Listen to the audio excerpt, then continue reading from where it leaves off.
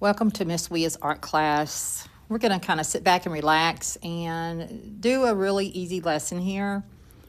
And what we're going to do, we're going to open up our Procreate app. Now, you can also do this on paper as well. It's the same process, just the erasing and the way you color it is different. So we're going to do some bubble letters, and we are going to, let me turn that on for you. And we're going to, do it in a relaxed kind of way, but you're going to learn some skills also. So here we go. Let's go to gallery, and we're going to open up a new canvas by touching the plus sign, and then we're going to do just screen size. And then take 2 fingers and kind of wiggle it down a little bit so that you can see all the way around the canvas. You can turn the canvas, instead of turning the iPad, you can turn the canvas like this in order to draw. So we want to choose our color. We want it to be black. Double tap in the black area. That'll give you pure black. The brush we're using is monoline. You can find that in the classic library under calligraphy. Now my monoline, you'll see the 3 after it. That's because I've adjusted the brush. But you may want to just use the regular monoline brush. And over to the left here, we see the brush size. And we're going to do, let's go with, I'm going to say 35%. And over here on the opacity, we're going to leave it all the way up, 100%. So the first thing you do is you're going to draw a skeleton. So the skeleton is actually writing out the word, and that way you can make sure the word is centered on your page. So if I choose an easy word, I'm just going to choose an easy word like high. So if I wrote high,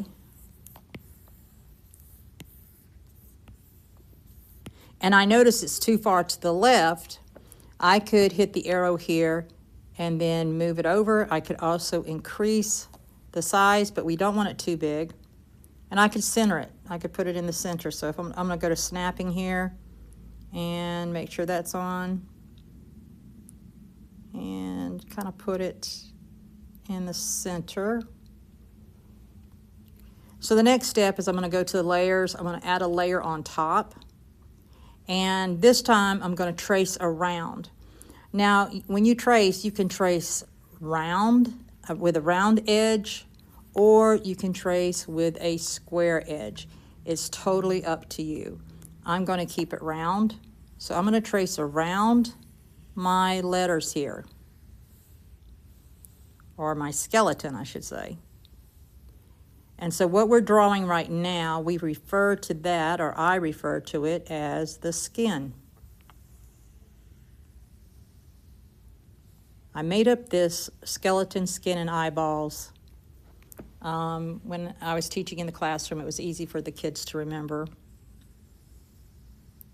And eyeballs are usually the centers of E's and P's and Q's. And then we're going to do this. All right. So if you're on a piece of paper, right now what you're going to do is erase the skeleton that's inside. For us who are on the iPad, you simply just need to turn off the skeleton. It's pretty easy. And now you have a pretty cool looking set of bubble letters. Now I'm going to go back up and kind of move mine up a little higher here. I'm going to color drop now. So to help the iPad understand exactly where you want to fill it in, you need to turn on reference on your drawing. So this is my drawing. So I'm going to tap it, and then I'm going to go down to reference. And this is going to tell the iPad, these are the lines I want you to pay attention to. So I'm going to go add another layer, and then I'm going to choose pink. And I'm going to drag that pink over to my letters. Now, if the letters are flooding, that means there's some lines that are not connected, so you're going to want to check that out. Now, I'm going to come up here and I'm going to add a clipping mask. So I'm going to go plus, tap the layer, clipping mask. And that's going to make sure that I can't draw outside of the pink letters. I'm going to choose a different color now. I'm going to choose a different pink. And I'm still on the calligraphy monoline brush. And this time I'm going to go a little bit higher, probably, let's do 80%. You can choose whatever size you want. And now I'm going to go in and I'm going to trace along. But look, it doesn't matter if I trace along it or try to go outside that that pink, because we have the clipping mask on, it prevents it from spilling out into the white area or even into the black area here. So I'm just going to trace around. I would suggest that you pick up your stylus from time to time so that if you ever need to undo anything,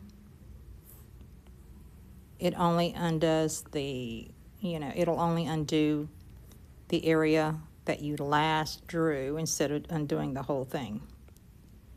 Now to undo, you can do the arrow to your left, or you can do a 2-finger tap. And a 2-finger tap will undo what you just did. A 3-finger tap will bring back what you just did, or what you just undid, I should say.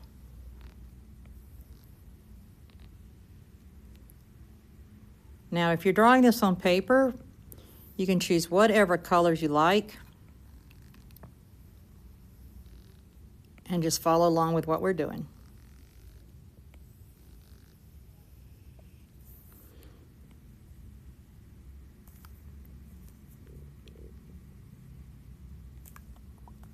I'm gonna undo that. I don't like the way that looks.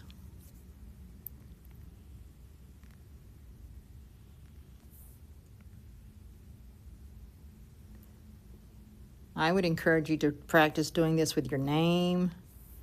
You can be very creative.